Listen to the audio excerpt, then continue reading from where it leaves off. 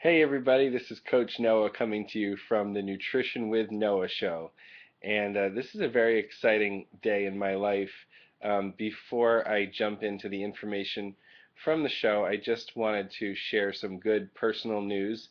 Um, I started a new job and part-time job that I started to pay some bills while I jump in and develop this wonderful entrepreneurial endeavor with you here at the Nutrition with Noah show. And it's a very exciting day. I had my first 1,000 plus sales day.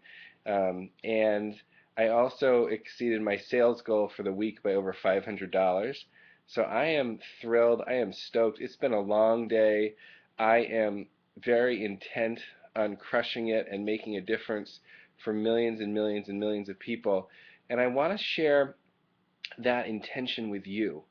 You know, as we talk about how to learn to become more of a nutritionally literate person here at the Nutrition with Noah show, I'm committed that we have nutrition literacy for everybody, that the nutrition literacy of the entire planet gets elevated. So that's my big dream, my big vision, that people get introduced to the power of living a life coming from gratitude, a life where you derive satisfaction from practicing random acts of gratitude. And we're going to be talking more about that in the next episode that I'm going to make for you.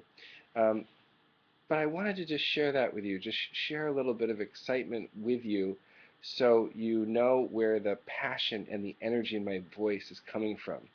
Now, all of those things are, that's what I'm creating. That's what I'm kind of tuning in and tapping into. And I just wanted to share a bit of my joy with you, and would love to hear things that you're joyful about, things that you're accomplishing in your lives as we delve into the next chapter of integrative nutrition.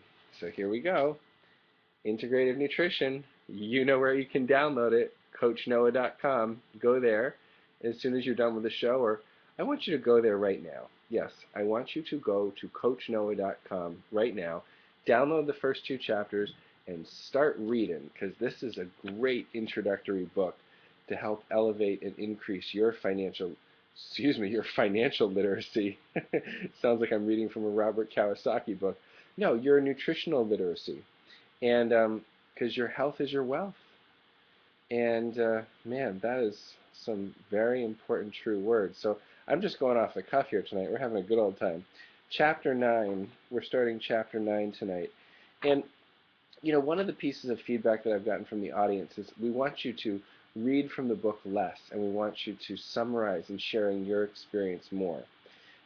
Tonight I'm actually going to be skimming through the book uh, because there's a lot of good material to cover, and I'm just going to give you an outline of this chapter, and then I invite you to delve deeper into this yourself and figure out ways to get support, because we're talking about foods to avoid or minimize.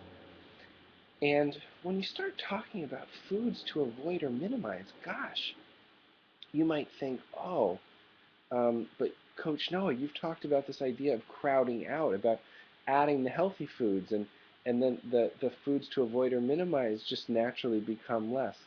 However, there's got to be ways to find alternatives to the food that you're avoiding or minimizing. So I'm going to go into those alternatives tonight.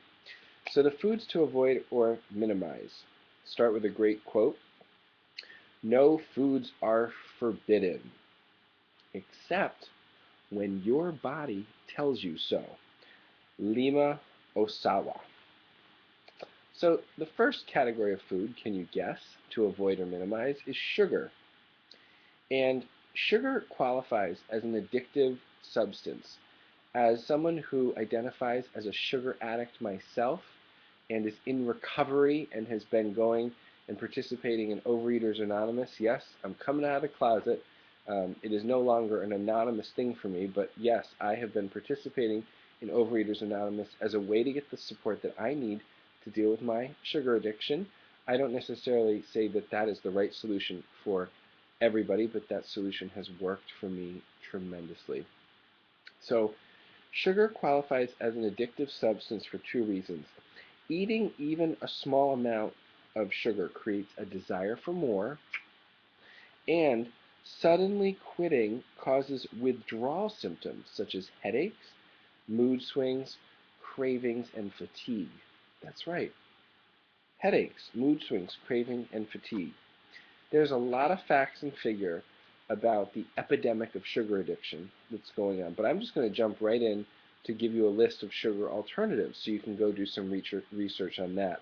And of course, like everything in nutrition science, the research is always changing. There's always some controversy. So don't expect anything that I say to be the be-all or end-all or the right answer or the right thing to go do. You need to do your own research. You need to take responsibility for your own health. You need to own your health and discover, in the context of owning your health, what works best for your bioindividuality. So the sugar alternatives that are mentioned in Integrative Nutrition are agave nectar, brown rice syrup, date sugar, honey, maple syrup, maple sugar, molasses, rapadura, which I've never heard of, stevia, sucanat, sucanat, and vegetable glycerin. The next area to reduce, avoid, minimize is dairy. And the calcium content in cow's milk, I'll give you an example. This is based on 3.5 ounce portions. So cow's milk is 291 milligrams of calcium, and same amount of sesame seeds is 1,160 milligrams of calcium. There's a whole chart in here on page 215. It is fascinating to really learn about the myth of calcium from dairy. Okay, I'm just skimming along, I'm jumping along right here, right now. Hope you're enjoying keeping up with me. The dairy-free options are soy, rice, almond, oat, and coconut milk. I can create a custom smoothie for you using the most delicious combinations of soy, rice, almond, oat, and coconut milk. And if you email me at noah@coachnoah.com, I will hook you up. Okay, so moving right along to meat. You want to look at meat labels. This is important. Organic, natural, free-range, grass-fed, and Marine Stewardship Council. A great resource for learning about those labels is if you can shop in a Whole Foods and read those labels. They have great labeling of their meats. Coffee is another thing to avoid or minimize. As somebody who is himself a coffee addict, this is something I'm working on as well. Black tea, dandy blend, green tea, oolong tea, and Pero are all alternatives. Never heard of Pero before. I'm discovering new things myself tonight. Ticino white tea and yerba mate. Love yerba mate. Great antioxidants. So the other thing to avoid or minimize is unhealthy fats and salt and chocolate. Now, if you look at all this, it can be like, Coach Noah, what are you talking about? Reduce or avoid all those foods? Well, the assignment at the end of this chapter is to reduce one food. Yeah, one food. Which one would you choose? Sugar, dairy, meat, coffee, unhealthy fat, salt, or chocolate? So you choose it. Try it for 1 week. Just gently decrease your consumption. What do you think is going to be difficult about decreasing this food? What do you think is going to be easy? After a week of doing this, how does your body feel different, healthier, more energized, clearer? How did reducing this food impact your cravings for other foods? Are you going to continue to minimize this food in your diet? Just giving you some ideas. If you want some more support around this, come see me for a free health history consultation. I'd be happy to work with you for a week and get you supported in reducing that one food. Now, Joshua ends this chapter, and yes, we skimmed a chapter in one episode, which I have never done before. He says, be bad. Now that I've covered foods that can lead to health problems when over-consumed, I want to introduce you to the joy and freedom of throwing away the rules and being bad. Over the next week, I invite you to do something bad every day. So here's some examples. Leave early from work to get a massage. Yes, bad. Order the expensive dessert at your favorite restaurant. Yes, that's bad. Schedule a play date just for you, some me time, instead of the kids or whoever else might be dependent on you. Okay, so those are some examples. Um, we can go into more depth. I would love to hear from you. Of those things I covered tonight, what would you like to hear more about? What are some things that you need support in minimizing? And if you could avoid them or minimize them or come up with a new alternative way to deal with that craving for you, how would that make a difference in your life?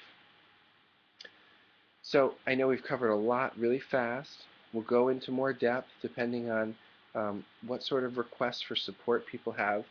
And I just want to thank you so much. This is my passion, my love, and my joy to be making the Nutrition with Noah show for you. Thank you so much for watching, and we will talk to you tomorrow. Take care. Bye.